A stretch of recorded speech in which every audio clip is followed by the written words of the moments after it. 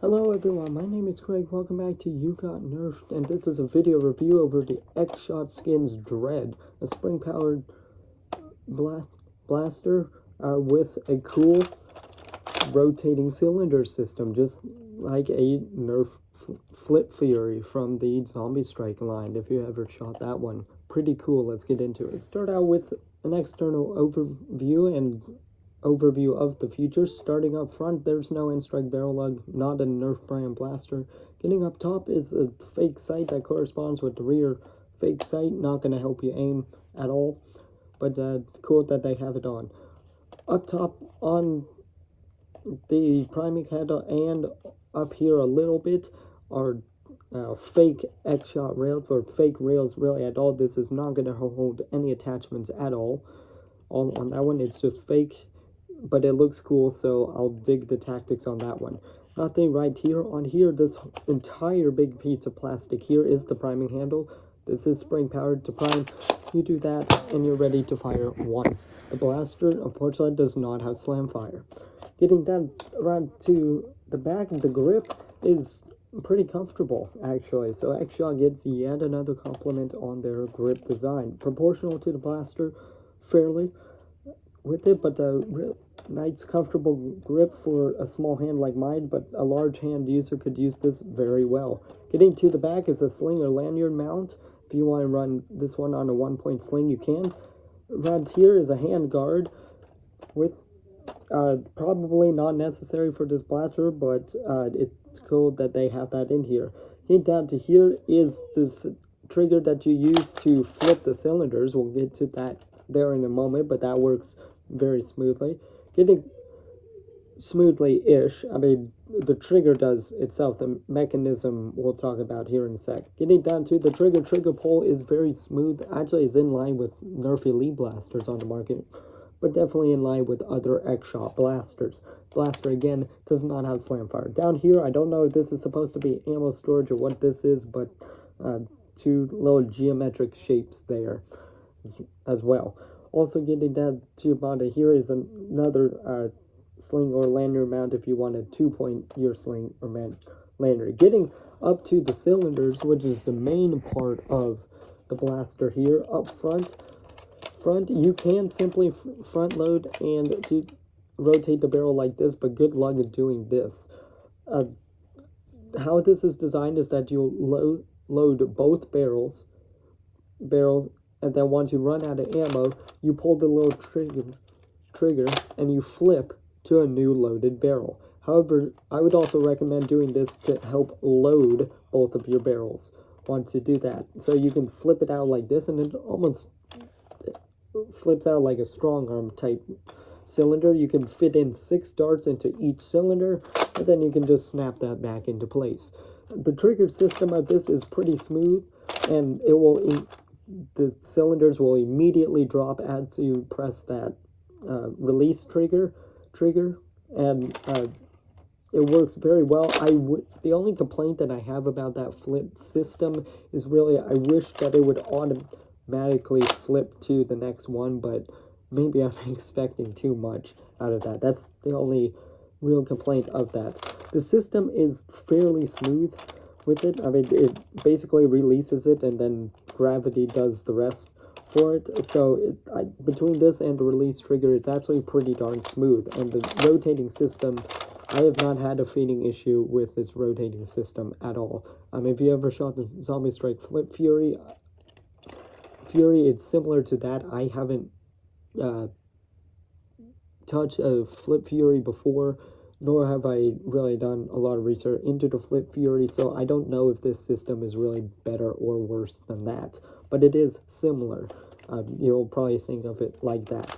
But the mechanics actually kind of feel pretty refined, and that's a lot coming from XShot. They don't have the highest quality plastic nor the highest quality mechanism, but it works well. So 6 shots on the first one, you'll do that, and then you can load to the next one. That's pretty much the whole gimmick of this one, but I like how it is in a nice compact form factor and not big and bulky or sticking out instead of like a 12-round turret, which they could have done. Pretty cool. That's everything to go over with the XShot Dread. Let's see it out on the range firing. I'll be using the included XShot Insanity style darts with this firing demo.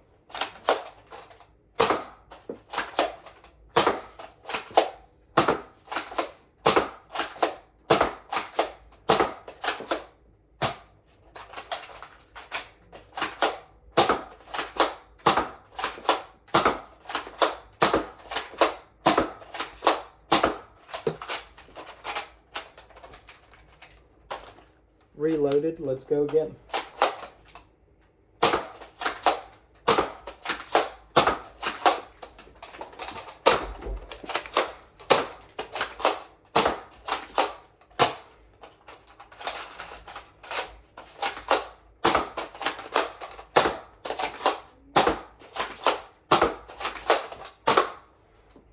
Well, I didn't aim on that one, but lol. Firing analysis and conclusion of the XShot Skins Dread. It fired, had a dart still in there. Fired fairly well, actually.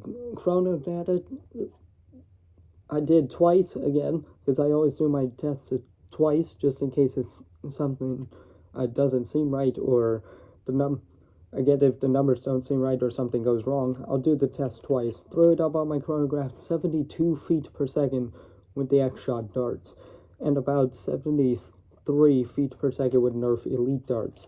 So if we compare this to normal Elite blasters, it's shooting a little bit hotter than most Nerf Elite blasters on the market right now, almost really in line to that 70 FPS par. But this is XShot.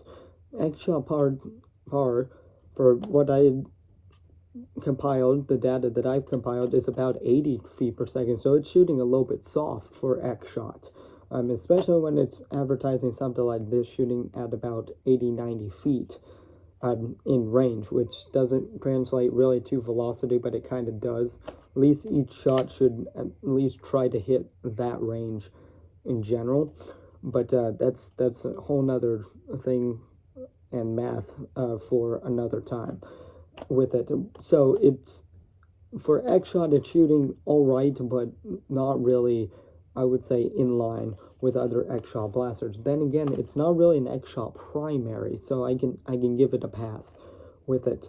The flip system works very, very well. I mean, it may not have looked that from the firing demo, although I just have to get used to just doing this and not like over rotating it. I have to flip it and then take my hand off the trigger, otherwise my cylinders are just going to keep rotating with it, but it works smoothly with that.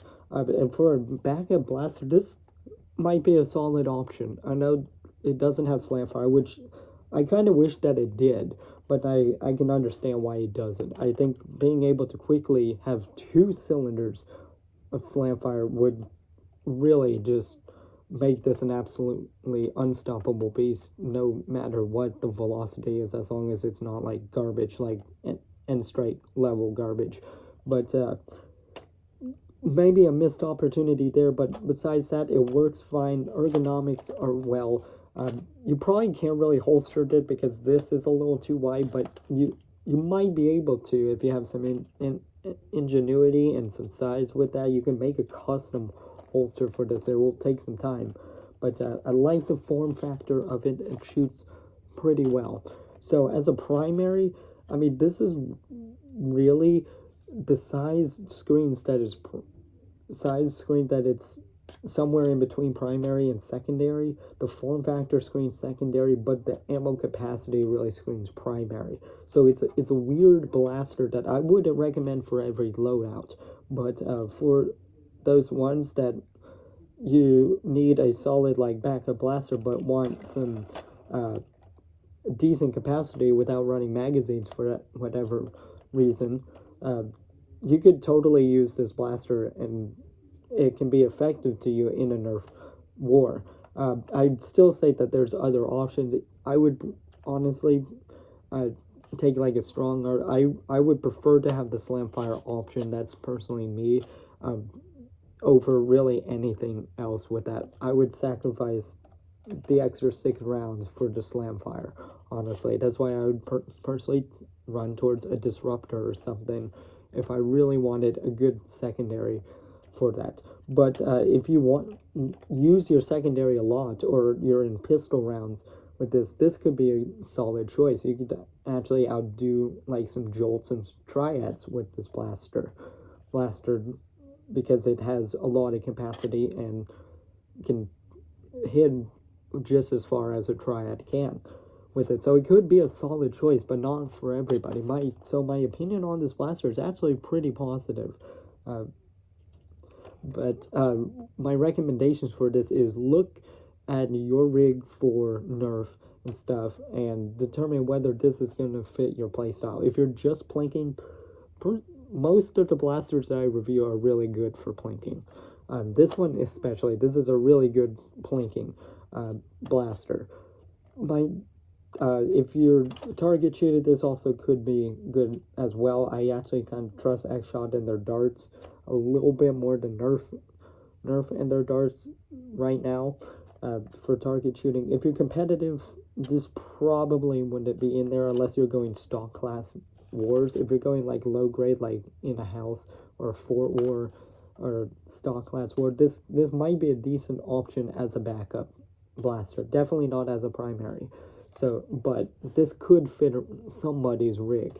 I could totally see that with it.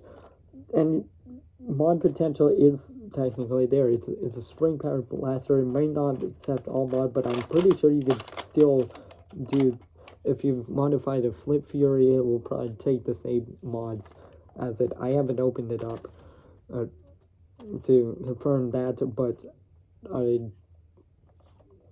I would probably look into that before really trying to mod that with it, because aside from comparing it to a Flipfury as far as the mod potential goes, I'm unknowledgeable about the other mods that you could do to it. And yes, I failed to do the research for that one.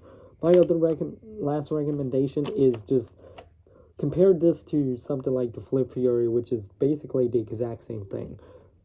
I would even go as far as maybe either watching review videos